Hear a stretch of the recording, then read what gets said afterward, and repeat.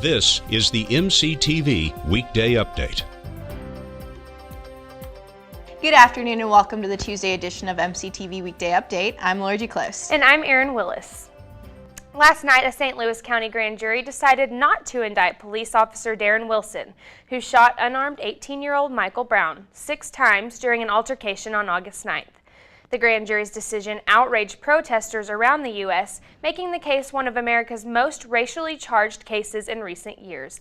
The Ferguson Police Department, President Obama, and Michael Brown's family addressed the nation last night, asking protesters to remain peaceful and make a difference through positive change. Texas Tech Polytech recently held a debate forum about the Israel-Palestine conflict. Reporter Jordan Sigler has more on the event. There was a Israel versus Palestine debate with Imam Samir and Rabbi Hillel Katzer at the Escanano Theater on Tuesday night. The event was labeled as a debate, but both speakers weren't stressing the importance of their side. They were emphasizing the importance of coming to a unifying agreement in the tumultuous place that is Jerusalem.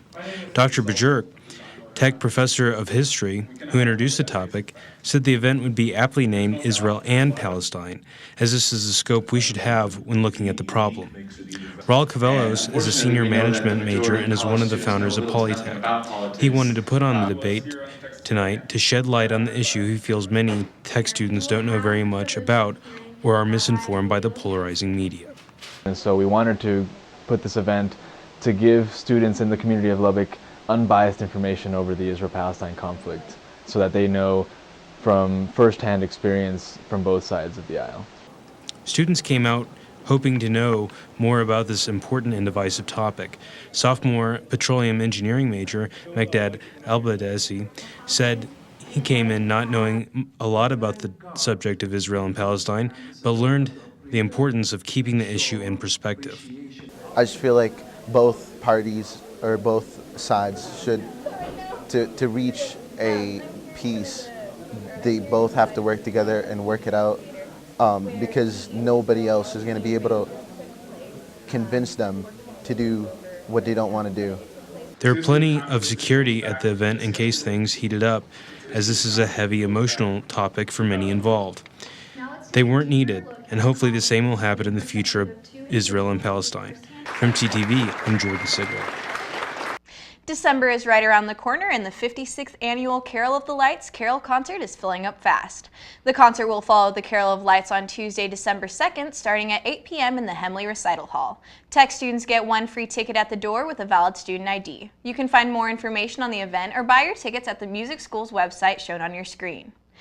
The Women's Studies program is helping the community give back during the holidays. The program is hosting the Hands of Hope drive to collect items that will benefit families that live at Women's Protective Services.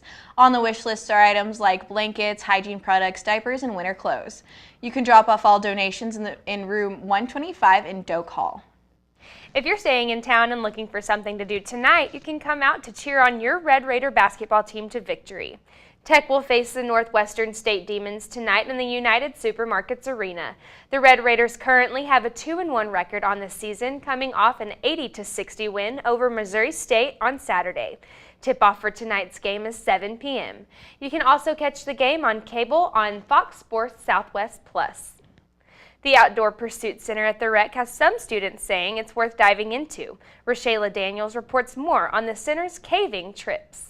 If you're looking for a more natural scene one weekend, you might want to check out the upcoming adventures at the Outdoor Pursuit Center. With the Outdoor Pursuits program, we've got about 25 student staff, and our student staff actually lead most of the trips. So I help out with some of the trainings, and occasionally I get to cherry pick, I get to go on a really cool trip. And with the caving program, since it's just starting up again, I've been going on quite a few caving trips just to see what the Carlsbad area, and everything within the public lands district out there offers. So I lead climbing trips. The really great thing about the climbing trips is we use them to help people get out and learn how to climb outside. There's a lot of things that go into it that's very different from climbing in the gym.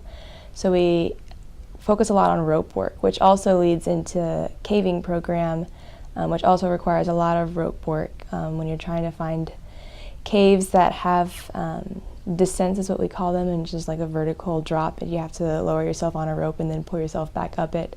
A lot of that rope work in classes happen down at the rock wall. So as a caving leader and a climbing leader, a lot of my role is teaching people those climbing techniques, those rope techniques, and then getting them outside and helping them experience that, helping them experience what it's like to set up your own kind of rope system and how to get into caves, out of caves, how to climb at big walls, those kind of things. I go caving, the open sea here. It's awesome. It's crazy. It's really, if you're claustrophobic, you're gonna know it right away. It's really tight, but it's cool to go and see things that only a handful of people in like the past 10, 15, maybe even like since it's been found has ever seen. Like it's, things that not everybody gets to go see. It's really intense, really physically demanding. Like down in these caves, you have to squeeze through these holes. Literally just about the size of your waist, and like it's pretty intense. But I love it. I think it's awesome. It's really cool. Can't get enough of it.